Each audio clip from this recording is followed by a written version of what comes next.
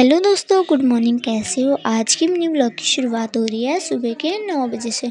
और कल रात से मेरे सर में हो रही थी बहुत तेज की दर्द। उसके बाद मैं अपने लिए चाय बनाने चले जाती हूँ और आज मैंने करी थी पार्लर की छुट्टी।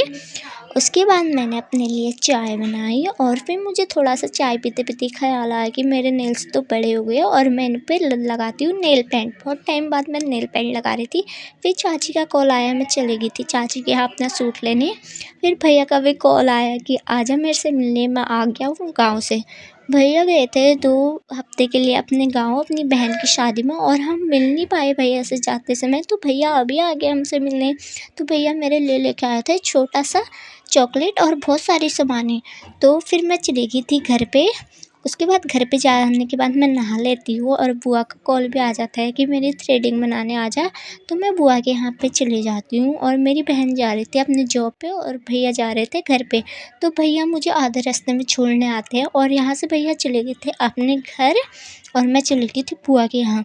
तो मैं बुआ के यहाँ जाने लगी थी और मैं बुआ के यहाँ पहुँच के अपनी बहन और अपनी बुआ से मिलती हूँ। तो बहन बोल रही थी मेरे बालों पे कटिंग कर दे। तो फिर उसके बाद मैं चली जाती हूँ छत पे अपनी बहन के बालों में कटिंग करने, क्योंकि हमारे यहाँ बोलते हैं कि अंदर बाल कटिंग नहीं करते। तो यहाँ पे क्या हो रहा था, मेरी बहन के बाल तो बुआ काट रही थी। बुआ बोल रही थी मुझे भी सिखा दे पार्लर, इससे अच्छा मैं पार्लर में सीखने अच्छा अपनी बेटी पे सीख लेती हूँ। मैंने बोला चलो। फिर मैं अपनी बहन के साथ रील्स बना लेती हूँ। फिर हम चले जाते हैं नीचे, काम भी करना था और मेरी बहन को जाना था ट्यूशन।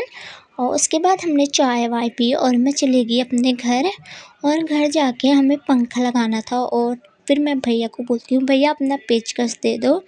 तो मेरे को ऊपर पापा को देना था और मैं चली गई पेचकस लेके। और फिर यहाँ पे मैं मम्मी को डिस्टर्ब करती हूँ।